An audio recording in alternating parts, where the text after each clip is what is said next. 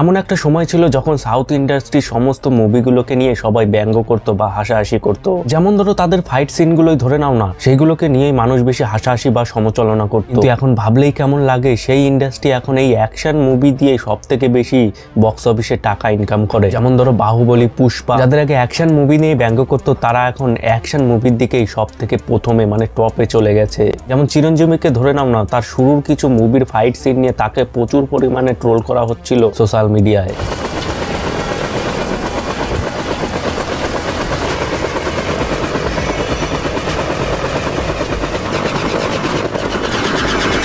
কিন্তু রিসেন্ট টাইমে দাঁড়িয়ে তার অ্যাকশন ফিল্মগুলোই কিন্তু সব থেকে বেশি চলছে। যেমন ধরো 2023-এ রিলিজ হওয়া ওয়াল্টার ভাইয়া, এই মুভিটি 140 কোটি টাকা বাজেটের মুভি বক্স অফিসে 236 কোটি টাকা কালেকশন করে এবং এটা ব্লকবাস্টার হয়। এবং এদের পরের জেনারেশনের কথা তো ছেড়েই দাও, যেমন চিরঞ্জীবীর ছেলে রামচরণ, আল্লু অর্জুন, জুনিয়র এনটিআর, প্রভাস, মানে এদের রিসেন্ট টাইমের প্রত্যেকটা মুভি 1000 কোটির নিচে যায় না, মানে সমস্ত মুভি 1000 কোটির উপরে বক্স অফিসে কালেকশন করে। এবং এদের পাশাপাশি বলিউডের টপ অ্যাক্টর একটা মুভি হিট করাতে হিমশিম খাচ্ছে। এবং সব থেকে একটা বড় উদাহরণ হলো রজনীকান্তের পুরনো মুভি নিয়ে সবাই প্রচুর পরিমাণে ট্রোল করতো, বলতো যে গ্র্যাভিটির সাথে খেলছে, মানে বেসিক্যালি তার ফাইট সিনগুলো নিয়ে সবাই বেশি ট্রোল করতো। কিন্তু তিনি সমস্ত ট্রোলের জবাব দিয়েছে তার রোবট মুভির মাধ্যমে। 2010 সালে যে রোবট মুভি এসেছিল, 132 কোটি থেকে 150 কোটি টাকা বাজেটের মুভি বক্স অফিসে 250 থেকে 320 কোটি টাকা কালেকশন করে ব্লকবাস্টার হয়। মানে 2010 সালে ব্লকবাস্টার না, মেগা ব্লকবাস্টার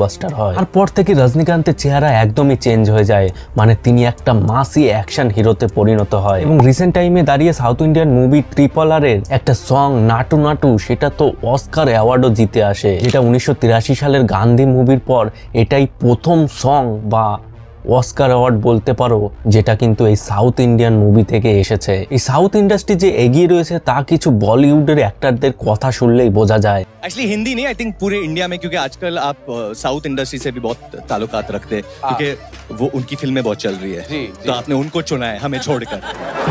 ये सच है, I am not happy about this. আজকের এই ভিডিওতে দেখাতে চলেছি কিভাবে সাউথ ইন্ডিয়ান মুভি, এই Indian movie highest grossing box office কালেকশনের তালিকায় টপ 10 এর মধ্যে তাদের মুভি জায়গা করে নেয় এবং শীর্ষে চলে আসে। মানে সোজা ভাষায় বলতে গেলে rice of south Indian movie দেখাতে চলেছি, তাই ভিডিওটা শেষ অবধি দেখতে থাকো। हम लोग कॉपी पेस्ट देखेंगे क्या बॉलीवुड वालों का? ओरिजिनल साउथ की मूवी क्यों न देख लें? अब आपको आंकड़े दिखाती हूँ। कुछ साल पहले तक साउथ इंडिया यानी दक्षिण भारतीय फिल्मों को उत्तर भारत में मसाला फिल्मों के तौर पर लिया जाता था। अब साउथ का सिनेमा बड़ा हो रहा है, OTT पे बड़ा हो रहा है, जबरदस्त हिट्स आ रही है। साउथ की इंडस्ट्री बॉलीवुड को पीछे छोड़ बहुत आगे निकल रही है। वो कौन है जो साउथ इंडियन इंडस्ट्री को एज अ होल सबसे ज्यादा आगे ला रहा है? मतलब अब most of the Indians Bollywood movies को पसंद ना करके साउथ इंडियन मूवीज देखना प्रेफर कर रहे हैं। कैसे साउथ सिनेमा इतना बड़ा हो गया?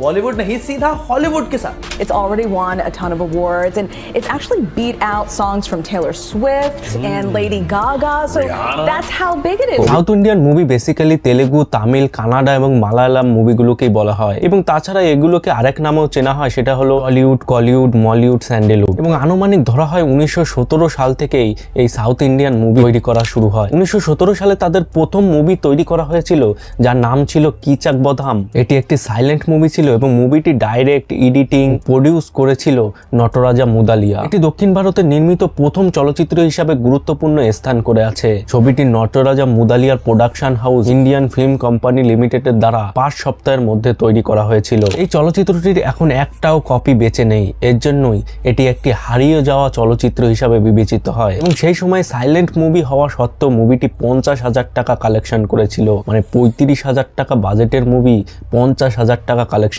করে। এবং তারপরে 31 অক্টোবর 1931 সালে সাউথ ইন্ডিয়ার প্রথম টকি মুভি আসে। প্রথমবারের মতো মুভিতে কথাও শোনা যায়, সেই মুভিটির নাম হলো কালিদাস। এই মুভিটি সংস্কৃত কবি কালিদাসের ওপর ভিত্তি করে তৈরি করা হয়েছে এবং তার নাম অনুসারে এই মুভিটির নামকরণ করা হয়। মুভিটি তেলেগু এবং তামিল ভাষার সাথে সাথে দ্রাবিড় ভাষায়ও রিলিজ করা হয়। দ্রাবিড় ভাষা বলতে বোঝায় তেলেগু, তামিল, কানাডা, মালায়ালাম, তুলো, কোডাবা। এবং এই মুভিটির পোস্টারেও লেখা ছিল first Tamil and Telugu talkie movies. এরপরে 1934 1934 সালে একটি হিন্দুত্ব মাইথোলজি ফিল্ম আসে লাভাকুশা। এই মুভিটি তামিল এবং তেলুগু ল্যাঙ্গুয়েজে তৈরি করা হয়েছিল। মুভিটিতে 27টি সাউন্ড ট্র্যাক ছিল। এই মুভিটি সাউথ ইন্ডিয়ার প্রথম মুভি যেটা বক্স অফিসে কমার্শিয়ালি ভাবে প্রচুর পরিমাণে সাকসেস পেয়েছিল। মানে এই মুভিটি 1963 সালে আবার পুনর্নির্মাণ করা হয়, সেটিকে বক্স অফিসে রিলিজ করার পর 3 কোটি টাকা বক্স অফিসে কালেকশন করে 1963 সালে, যেটা প্রচুর পরিমাণে সাকসেস হয় বা ব্লকবাস্টার হয়। 1963 পরে সাউথ ইন্ডিয়ান মুভিতে একটা নতুন এরা আসে, যেখানে অনেক নতুন নতুন নায়ক আসে, যেমন কমল হাসান,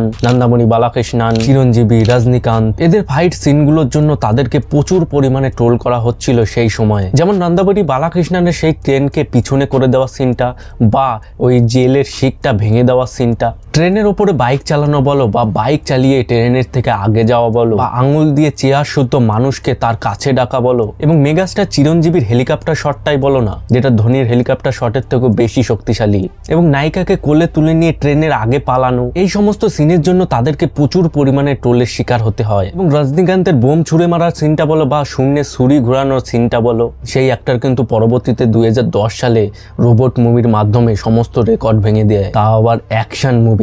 এবং তারপরে 2018 সালে এর দ্বিতীয় পার্ট আসে, যেটা 700 থেকে 800 কোটি টাকা কালেকশন করে বক্স অফিসে কিন্তু ব্লকবাস্টার হয়। মানে ভাবতে পারো তারা কতটা ইমপ্রুভমেন্ট করেছে। তারা কখনোই কিন্তু তাদের ট্রোলের বিরুদ্ধে কোনো সময় প্রতিবাদ করেনি বা প্রতি উত্তর দেয়নি, তারা সবসময় নিজেদেরকে ইমপ্রুভমেন্ট করেই গেছে। এবং এই সাউথ ইন্ডিয়ার টপ 10 মুভির মধ্যে তার মুভি কিন্তু দুটো রয়েছে, এই রোবট 2.0 এবং 2023 সালে রিলিজ হওয়া জেলার। এবং সেই সময় কিন্তু তাদের সাথে কাঁধ মিলিয়ে চলছিল বলিউডের বড় বড় নায়করা, অমিতাভ বচ্চন, ঋষি কাপুর, মিঠুন চক্রবর্তী, ধর্মেন্দ্র, নানা পাটেকার, অনিল কাপুর, আরো অনেকে। মানে তখন কিন্তু একটা বলিউডের এরা ছিল, তারা কিন্তু ব্লকবাস্টার মুভি দিয়ে যাচ্ছিল, এবং তখন সবাই বলিউডকেই বেশি পছন্দ করত। এবং 1980 দশকের আগের দিকে অমিতাভ বচ্চন, ধর্মেন্দ্র, নানা পাটেকার, মিঠুন চক্রবর্তী হিটের পর হিট মুভি দিয়ে গেছে। এবং 1990 দশকের পর এর নতুন জেনারেশন আসে, মানে ধরো চিরঞ্জীবীর ছেলে, রামচরণ, আল্লু অর্জুন, মহেশ বাবু, প্রভাস, ধানুষ, বিজয়, জুনিয়র এনটিআর, রবি তেজা, পবন কল্যাণ, অজিত কুমার এবং আরো অনেকে। মানে এই জেনারেশন গুলো পুরো সাউথ ইন্ডিয়ান মুভিকে চেঞ্জ করে দিয়েছে। সাউথ ইন্ডিয়ান না, পুরো ইন্ডিয়ান মুভিকেই চেঞ্জ করে দিয়েছে। এবং কাকে দিয়ে শুরু করব বলো, আল্লু অর্জুনকেই ধরে নাও না, তিনি এখনো পর্যন্ত টোটাল 27টা মুভি করেছে, মানে চাইল্ড আর্টিস্ট ধরে, মানে মিনিমাম ধরে নাও তিনি লিড অ্যাক্টরে 20টি মুভি করেছে। তার ম্যাক্সিমাম মুভিগুলোই কিন্তু ব্লকবাস্টার ছিল। যেমন ধরে নাও 2004 সালে আসা তার আর্য মুভিটি, যেটা 4 কোটি টাকা বাজেটের মুভি বক্স অফিসে 31 কোটি টাকা কালেকশন করে, যেটা ব্লকবাস্টার হয়। এবং 2016 সালের পর সারাইনডু, ডিজে, না পেরু, সূর্যা, আলা বৈকুণ্ঠা, পুরামূলো, এইসব মুভিগুলো 100 কোটির নিচে একটাও যায়নি।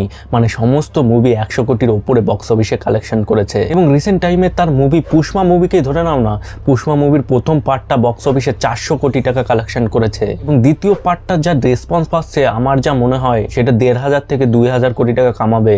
মানে আমি যেদিন ভিডিওটা করছি 11 ডিসেম্বর, এখন পর্যন্ত আর এই পুষ্পা 2 এর বক্স অফিস কালেকশন 1000-এর বেশি ছাড়িয়ে গেছে। এবং এই পুষ্পা মুভির মাধ্যমে কিন্তু তিনি ইন্ডিয়া থেকে পুরো ওয়ার্ল্ড ওয়াইডে ছড়িয়ে গেছে। প্রথমে কিন্তু তিনি সাউথের বাইরে কোথাও বেরোতো না কিন্তু তার মুভি প্রমোশন বা কোনো ইন্টারভিউতে, কিন্তু এই পুষ্পা মুভির মাধ্যমে তিনি কিন্তু এই সাউথ ইন্ডিয়ার বাইরেও তার বড় বড় ইভেন্ট করে এবং ইন্টারভিউতেও যায়। যেমন কিছুদিন আগে পুষ্পা 2 এর প্রমোশনের জন্য তিনি একটা ইভেন্ট করে পাটনাতে, সেখানে 8 লাখ লোক এক জায়গায় জড়ো হয়। মানে তাকে দেখার জন্য সেই স্টেডিয়ামে 8 লাখ লোক, ভেবে দেখেছো এতটা ক্রেজ এই আল্লু অর্জুনের তার সাউথ ইন্ডিয়ার বাইরেও। এবং ইন্ডিয়ায় যদি টপ 5 হাইয়েস্ট গ্রসিং মুভি কালেকশনের কথা বলো, তাহলে কিন্তু 3টে মুভি এই সাউথ ইন্ডিয়ান মুভি আসবে, যেখানে প্রথমে রয়েছে বাহুবলী 2, ত্রিপলার এবং কেজিএফ চ্যাপ্টার 2। এবং তাছাড়া তার পরের নাম্বারগুলোও ধরো না, যেমন 6 নম্বরে রয়েছে কালকি মুভিটা, এই মুভিটা 1100 কোটি টাকা কালেকশন করে। এবং তাছাড়া প্রভাসও কিন্তু এই সাউথ ইন্ডাস্ট্রিতে একটা বহুত বড় চেহারা, যে ব্লকবাস্টারের পর ব্লকবাস্টার দিয়ে গেছে। তার বাহুবলী সিরিজটা আসার আগে তার কিন্তু আমি একটা মুভি দেখেছিলাম রেবেল, এই মুভিটা দেখার পরে তার ফ্যান হয়ে গেছিলাম। মানে তার যেই অ্যাকশন সিনগুলো ছিল, যেই সোয়াগে যে অ্যাকশনটা তৈরি করা হয়েছিল, তার ফ্যান হয়ে গেছিলাম। সাউথ ইন্ডিয়ার রাইজের কথা আসলে এই এস এস রাজামৌলির কথা আসবে না, এটা কিন্তু কখনোই হতে পারে না। কেননা তিনি কিন্তু এই সাউথ ইন্ডিয়াকে আলাদা একটা পরিচয় দিয়েছে। তিনিই কিন্তু শিখিয়েছে যে আমরা বড় বাজেটের মুভি তৈরি করতে পারি এবং সেটাকে ব্লকবাস্টারও করে দেখাতে পারি।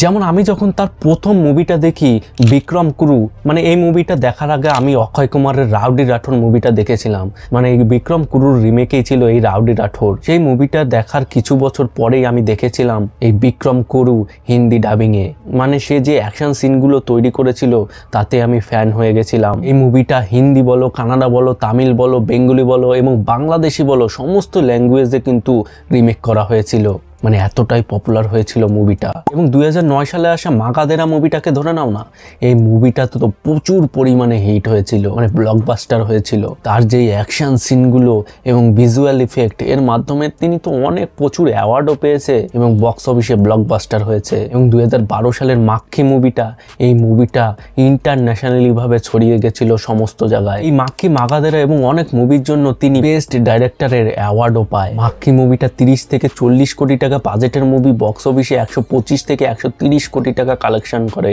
যেটা একটা হিউজ নাম্বার। এবং তারপরে তার বাহুবলী, বাহুবলী 2, ট্রিপল আর, এইসব মুভির ব্যাপারে আমার বেশি কিছু বলতে হবে না, তোমরা তো জানোই এইসব মুভি কি করেছে। এইসব মুভি যেরকম বক্স অফিসে হাজার হাজার কোটি টাকা কালেকশন করেছে, সেরকম কিন্তু মুভিগুলো ইন্টারন্যাশনালি ভাবে ছড়িয়ে গেছে, যেখানে অস্কার অ্যাওয়ার্ড বলো বা বিভিন্ন ক্যাটাগরিতে বিভিন্ন অ্যাওয়ার্ড বলো সমস্তই কিন্তু অর্জন করেছে তারা। বলিউডের টপ অ্যাক্টররাও কিন্তু তাদের প্রশংসা করছে এবং কেউ কেউ তো বলেই ফেলছে যে আমাকে নিয়েও একটা মুভি বানাও। 2010 সালের মধ্যে কিন্তু দক্ষিণ ভারতে প্রচুর পরিমাণে সিনেমা হলের সংখ্যা বেড়েছে, যেখানে পুরো ভারতের মোট 10,167টি সিনেমা হল রয়েছে, সেখানে দক্ষিণ ভারতেই রয়েছে 6,320টি, মানে পুরো সিনেমা হলের 62% কিন্তু দক্ষিণ ভারতে হয়েছে। এবং 2021 সালের পরপরই কিন্তু এই সাউথ ইন্ডিয়ান মুভির আয়ের সংখ্যাও বলিউডকে ছাড়িয়ে গেছে। এখানে 2022 সালে তেলেগু মুভি বক্স অফিসে কালেকশন করেছে 20%, Tamil movie 14%, Kannada movie 5%, Malayalam movie 8%, মানে 2022 সালের হিসাব অনুযায়ী এই বোম্বাই বেল্ট হিন্দি মুভিকে কিন্তু ছাড়িয়ে গেছে এই দক্ষিণ ভারতীয় চলচ্চিত্রগুলো। 2009 সালে সালমান খানের ওয়ান্টেড মুভি, যেটা কিন্তু 2006 সালের একটা তেলেগু মুভি পোকিরি মুভি থেকে রিমেক করা হয়েছিল, যেটা মহেশ বাবুর একটা মশলাদার ফিল্ম ছিল, সেটাকে কিন্তু রিমেক করে সালমান খানের ওয়ান্টেড মুভি তৈরি করা হয়েছিল এবং সালমান খান এই মুভির দ্বারা অনেক পরিচিতি পেয়েছিল। মানে দীর্ঘদিন ধরেই কিন্তু এই সাউথ ইন্ডিয়ান মুভিগুলো বলিউড কপি করে গেছে, মানে মেন মুভিগুলোই। এই রোহিত শেট্টির গাড়ি উড়ানোর সিনগুলো দেখলেই বুঝতে পারবে যে তারা কিভাবে সাউথ ইন্ডিয়াকে কপি করছে। 2006 সালে রবি তেজার বিক্রম কুরু হয়ে উঠলো অক্ষয় কুমারের রাউডি রাঠোর। 2008 সালে রামের রেডি মুভি 2011 সালে সালমান খানের রেডি মুভি হয়ে উঠলো। বিজয় দেবরকন্ডের অর্জুন রেড্ডি মুভিটি হয়ে উঠলো শাহিদ কাপুরের কাবির সিং মুভি। কিন্তু এখন সময়টা পাল্টেছে, এখন কিন্তু আর এই সব জিনিস চলে না। এখন কিন্তু এই মুভিগুলো রিলিজ হওয়ার পরে 2-3 মাস পরেই সেটাকে ওটিটিতে হিন্দি ডাবেও রিলিজ করে দেওয়া হয়। এর জন্যই কিন্তু এই রিমেকের জিনিসটা এখন আর নেই, সে বেঙ্গলি ইন্ডাস্ট্রি বলো আর হিন্দি ইন্ডাস্ট্রি বলো। যেমন কেজিএফ চ্যাপ্টার 1 বলো, বাহুবলী 2 বলো, সমস্ত মুভি কিন্তু তুমি ওটিটি প্ল্যাটফর্মে পেয়ে যাবে হিন্দি ডাবিংয়ে। যখনই তারা বুঝতে পারলো যে হিন্দি অডিয়েন্স তাদের মুভিকে প্রচুর পরিমাণে ভালোবাসা দিচ্ছে, তারপরে তারা কিন্তু আর সেই ভুলটাও করে না, মানে দক্ষিণ ভারতীয় ইন্ডাস্ট্রি আর সেই ভুলটা করে না। তারা কিন্তু এখন বিভিন্ন ভাষার মাধ্যমে একসাথে মুভিটি রিলিজ করে, মানে প্যান ইন্ডিয়া মুভিটি রিলিজ করে। এর জন্য রিমেকের কোনো আর অস্তিত্বই থাকে না। এবং বলিউডের অ্যাক্টররাও কিন্তু তাদের চেহারাটা সাউথ ইন্ডিয়ায় পৌঁছানোর জন্য তারাও কিন্তু সাউথ ইন্ডিয়ান মুভিতে ছোট ছোট রোল করছে। যেমন ট্রিপল আরে আলিয়া ভাট এবং অজয় দেবগনের ছোট্ট একটা রোল ছিল, মানে তারাও এখন বুঝতে পারছে যে সাউথ ইন্ডিয়ান মুভি এখন ক্রেজি জিনিস করছে। এর জন্য তারাও আস্তে আস্তে কিন্তু সাউথ ইন্ডিয়ার দিকে ঝুঁকি দিচ্ছে। এবং বলিউডের প্রযোজকরাও কিন্তু এখন ঘুম থেকে উঠে সচেতন হচ্ছে, মানে তারাও কিন্তু এখন এই সাউথ ইন্ডিয়ান মুভিগুলোই প্রযোজক করছে। মানে যেমন ধরো বাহুবলী 1 সাকসেস হওয়ার পর করণ জোহর কিন্তু বাহুবলী 2-তে প্রযোজক হিসেবে কাজ করেছে।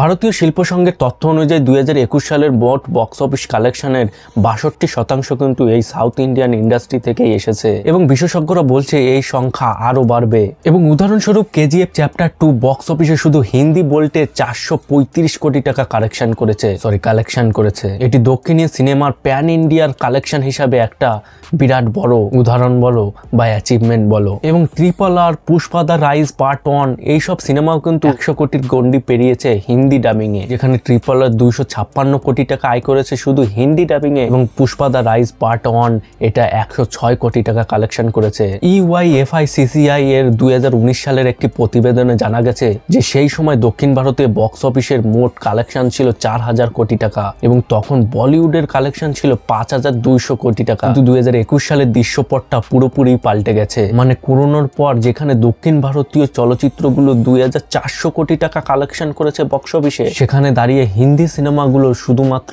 800 কোটি টাকা কালেকশন করেছে। এবং একটা তথ্য অনুযায়ী জানা গেছে 2020 থেকে 2022 সালের মধ্যে এই ইন্ডিয়ায় টোটাল বক্স অফিস কালেকশন হয়েছে 9759 কোটি টাকা, যার মধ্যে 57.3% এসেছে এই সাউথ ইন্ডিয়ান মুভির 4টে ল্যাঙ্গুয়েজ থেকে। এবং সেইখানে টপ 10 মুভির মধ্যে 7টি মুভি ছিল সাউথ ইন্ডিয়ান মুভি, যেমন ধরো KGF চ্যাপ্টার 2, পুনিয়ান সেলবম, কান্তারা, বিক্রম এবং ট্রিপল আর। এবং রিসেন্ট টাইমে কিন্তু বলিউডের যে টপ মুভিগুলো বা হাইয়েস্ট গ্রসিং মুভিগুলো উঠে এসেছে, সমস্ত মুভিগুলো কিন্তু সাউথ ইন্ডিয়ান ডাইরেক্টররাই তৈরি করেছে। যেমন ধরো কিছুদিন আগে শাহরুখ খানের জওয়ান মুভিটি, যেটা 1000 কোটি টাকা কালেকশন করেছে, মুভিটি ডাইরেক্ট করেছে কে? অ্যাটলি, যিনি তামিল ইন্ডাস্ট্রির অনেক বড় ডাইরেক্টর। তার আগে ডাইরেক্ট করা মুভিগুলো হলো রাজা রানী, তীর, মার্সেল, বিগিল। এবং হাইয়েস্ট গ্রসিং এ থাকা বলিউডের অ্যানিমেল মুভিটিকেও ধরে নাও না, এই মুভিটি ডাইরেক্ট করেছে কে? এই মুভিটিও সাউথ ইন্ডাস্ট্রির বড় ডাইরেক্টর সন্দীপ রেড্ডি ভাঙ্গাই ডাইরেক্ট করেছে। মানে সোজা ভাষায় বলতে গেলে এই সাউথ ইন্ডাস্ট্রির লোকেরাই কিন্তু সব জায়গায় কাঁপাচ্ছে, বলিউড বলো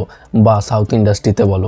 আরেকটা কথা হলো এখনকার দিনে এই বলিউড, টলিউড মানে হলিউড বাদে যে কোনো উডি বলো না কেন, সবাই কিন্তু এখন এই বলিউড মুভি বা টলিউড মুভি বলে ডিফারেন্সিয়েট করে না। এখন সবাই একটা জিনিসই বলে, এটা ইন্ডিয়ান মুভি। মানে এই জিনিসটা কিন্তু একদিক দিয়ে ভালো, মানে ইন্ডিয়ান মুভিটাকে ইন্টারন্যাশনালি নিয়ে যাচ্ছে এবং ভবিষ্যতে আমাদের মুভি ইন্ডাস্ট্রি ও SFX, VFX এর ওপরে কাজ করবে আমাদের সুপার হিরো নিয়ে। যেমন ধরো আমাদের মৃণাল মুন্নি, শক্তিমান, ক্রিশ, এইসব মুভি ভবিষ্যতে হয়তো ইন্টারন্যাশনালি ভাবে ছড়িয়ে যাবে। তো ব্যাস বন্ধুরা, আজকে এই পর্যন্তই। এই সাউথ ইন্ডিয়ান মুভি নিয়ে তোমাদের কি মতামত রয়েছে কমেন্ট বক্সে অবশ্যই জানাও। ভিডিওটা ভালো লেগে থাকলে একটা লাইক করে দিও, চ্যানেলে নতুন হলে সাবস্ক্রাইব করে নোটিফিকেশন অল করে দিও, যাতে ভিডিও আপলোড করলে সবার আগে পৌঁছে যায় তোমাদের কাছে। দেখা হচ্ছে পরের এক নতুন ভিডিওতে।